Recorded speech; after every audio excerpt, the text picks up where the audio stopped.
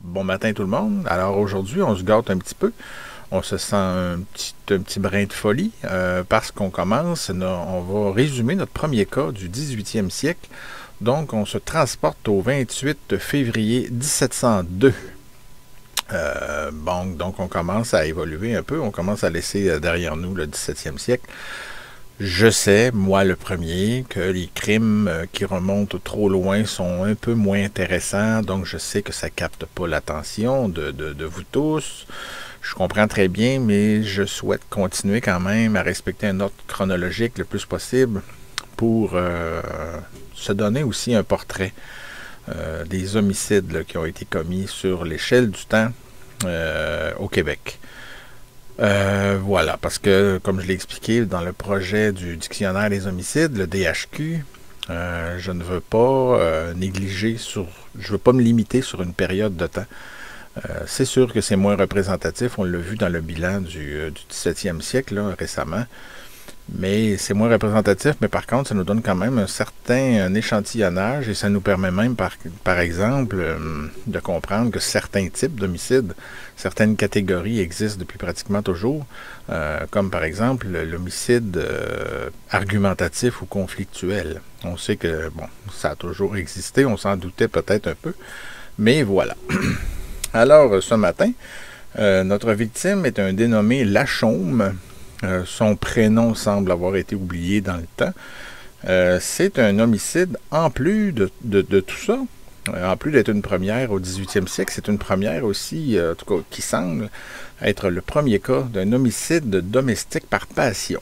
Qu'est-ce que ça veut dire, l'homicide domestique par passion?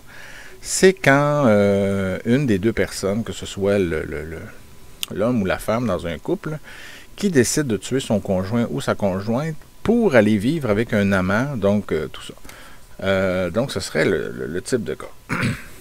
Donc, M. Lachaume, ce qu'on sait à propos de lui, c'est que c'était un fermier. Il aurait été assassiné en février 1702, mais son corps a été retrouvé seulement au mois de juin. On pense aussi, parmi les peu de détails qu'on possède sur les circonstances de son meurtre, il aurait reçu 3 coups d'épée pendant son sommeil.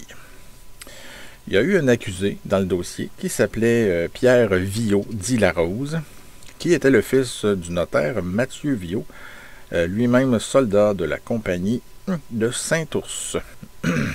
Donc Pierre Viaud, comme on commence à le deviner, aurait eu une liaison avec la femme de Lachaume, et qui s'appelait Marie. Il y a différentes façons de l'écrire, là. Marie Couillot ou Marie Couillard. Probablement qu'on devrait utiliser Couillard parce que c'est le nom en tout cas, qui semble avoir survécu avec le temps, parce que des Couillards, on en retrouve encore aujourd'hui, dont un ancien premier ministre du Québec. Donc, Marie Couillot ou Couillard s'appelait aussi dit Roquebrune. Donc, on sait que ces deux-là ont été soupçonnés parce qu'ils ont été accusés. Donc, dans les documents, leur nom a survécu de cette façon-là. Les deux amants auraient assassiné M. Lachaume, le cultivateur Lachaume, pendant son sommeil, on vient de le dire. Et, bon, tous deux ont été condamnés à mort. Il y a eu un sursis, par contre, qui a toutefois été accordé. Le temps d'entendre un autre témoin, qui était, disons-le, une jeune fille d'environ 12 ans. Qu'est-ce qu'elle a dit? De nouveau au procès, on ne sait pas. Mais en octobre 1702, donc quelques mois après la découverte du corps de Lachaume, Pierre Viaud dit Larose a été torturé et pendu à Montréal. Donc lui, il a vraiment payé pour ce crime-là. Mais quant à sa complice, Marie Couillard, Elle semble avoir disparu puisque son exécution a été faite par effigie. Je leur précise encore, une exécution par effigie, c'est un peu comme une exécution symbolique parce que la condamnée ou le condamné était introuvable, donc soit évadé ou complètement disparu. Alors voilà, il pourrait s'agir, comme je le disais au début, du tout premier homicide domestique par passion. Je dis homicide domestique par passion, mais dans le fond, homicide, c'est large, mais on devrait plutôt parler de meurtre domestique par passion parce que, automatiquement, ce qui nous permet, malgré le fait qu'on a peu de détails, on sait par déduction que c'est prémédité. Donc, le cercle classique, si on veut, bon, la femme ou un des membres du couple tombe amoureux.